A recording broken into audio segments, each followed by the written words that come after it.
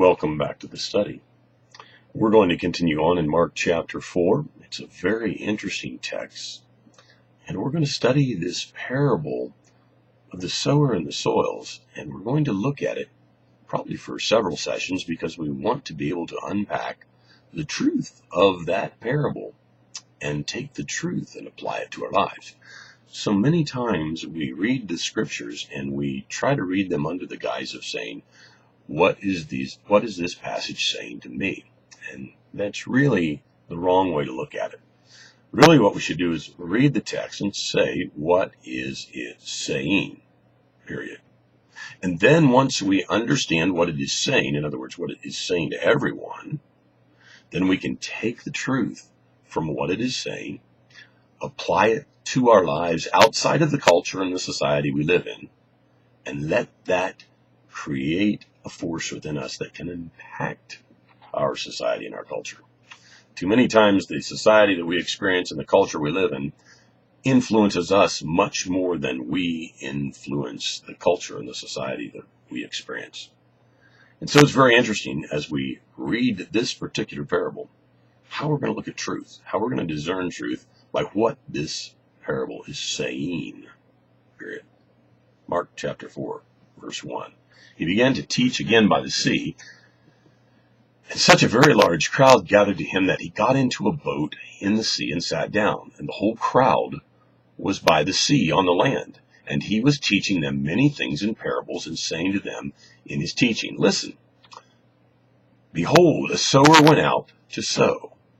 As he was sowing, some seed fell beside the road, and the birds came and ate it up. Other seed fell on rocky ground, where it did not have much soil, and immediately it sprang up because it had no depth of soil, and after the sun had risen, it scorched, and because it had no root, it withered away. Another seed fell on among the thorns, and the thorns came up and choked it, and it yielded no crop. Yet other seeds fell in good soil.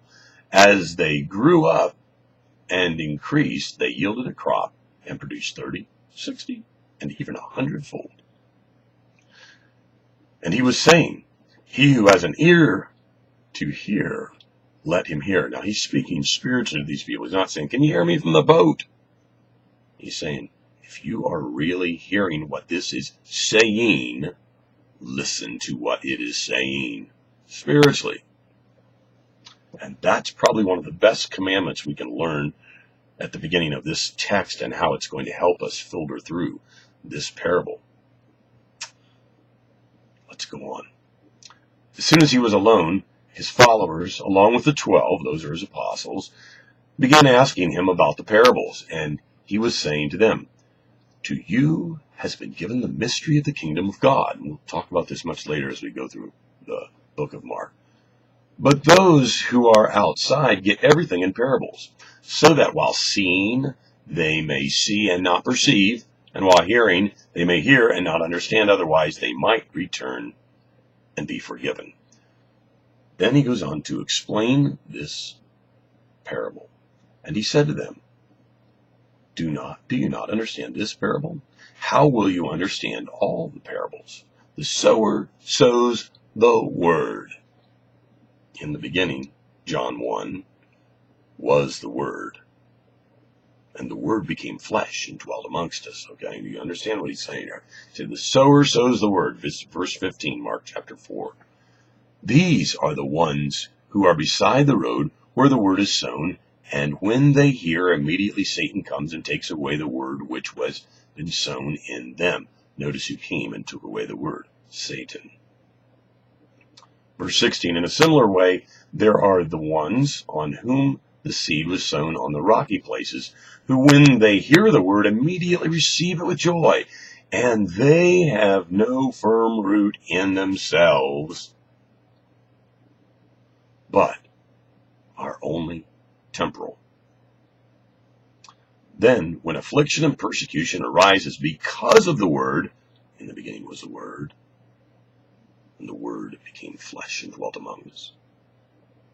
Immediately they fall away because of the persecution, because they can't deal with it. Verse 18, and others are the ones on whom seed was sown Uh, among the, I'm sorry, and others are the ones on whom the seed was sown among the thorns. They are the ones who have heard the word, but the worries of the world and the deceitfulness of riches and the desires of other things enter in and choke the word, and it becomes unfruitful. And those are the ones on whom seed was sown on the good soil, and they hear the word and accept it and bear fruit 30, 60, and 100-fold. And he was saying to them, a lamp is not brought to be put under a basket, is it? Or under a bed. It is brought to be put on a lampstand, where it's productive and useful, where the light is applied for a reason and a purpose. For nothing is hidden except to be revealed, nor has anything been secret, but that it would come to light. Lampstand, light. Light reveals, light exposes. If anyone has ears to hear, let him hear. Twice, spiritually. First he says it to the crowd, then he says it to his disciples. He's saying, this is what you need to apply truthfully in your lives. Verse 24, and he was saying to them, take care what you listen to. By your standard of measure it will be measured to you, and more will be given you besides. For whoever has, to him more shall be given, and whoever does not have, even what he has shall be taken away from him. This doesn't sound right, but Jesus is saying, this is about learning. This is about growing. This is about being productive. Remember, 30, 60, and 100-fold? Now, what we want to do from this point is go back and look at some of the issues in this parable.